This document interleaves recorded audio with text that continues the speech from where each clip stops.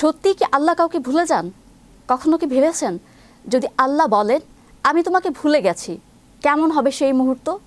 ভয়ঙ্কর, তাই না? তাহলে প্রশ্ন হলো, আল্লাহ কি সত্যিই কাউকে ভুলে যান? বিস্তারিত থাকছে ডেস্ক রিপোর্টে। কখনো কি ভেবেছেন যদি আল্লাহ বলে আমি তোমাকে ভুলে গেছি, কেমন হবে সেই মুহূর্ত? ভয়ঙ্কর, তাই না? অথচ কোরআনে এমন আয়াত রয়েছে যেখানে আল্লাহ বলেছেন তোমরা আমাকে ভুলে গিয়েছিলে, তাই আজ আমিও তোমাদের ভুলে গেলাম। তাহলে প্রশ্ন হলো, আল্লাহ কি সত্যিই কাউকে ভুলে যান? পবিত্র কোরআনে আল্লাহ স্পষ্ট ঘোষণা করেছেন তোমার প্রতিপালক কখনো ভুলে না, কারণ আল্লাহ সর্বজ্ঞ।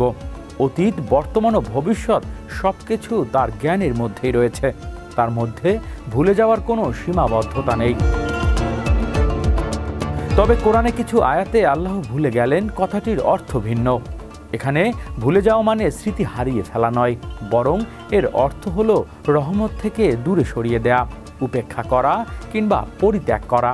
যখন মানুষ আল্লাহকে ভুলে যায়, তার আদেশ অমান্য করে, তখন আল্লাহ তাকে নিজের রহমত থেকে বঞ্চিত করেন, আর এটাই সবচেয়ে বড় ক্ষতি।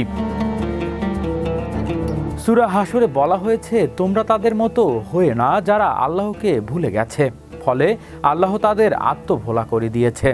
অর্থাৎ আল্লাহকে ভুলে গেলে মানুষ নিজের পরিচয়, উদ্দেশ্য এবং নৈতিকতাও হারিয়ে ফেলে। এই কারণেই সালাত আমাদের জন্য ফরজ করা হয়েছে, যাতে আমরা প্রতিনিয়ত আল্লাহকে স্মরণ করি।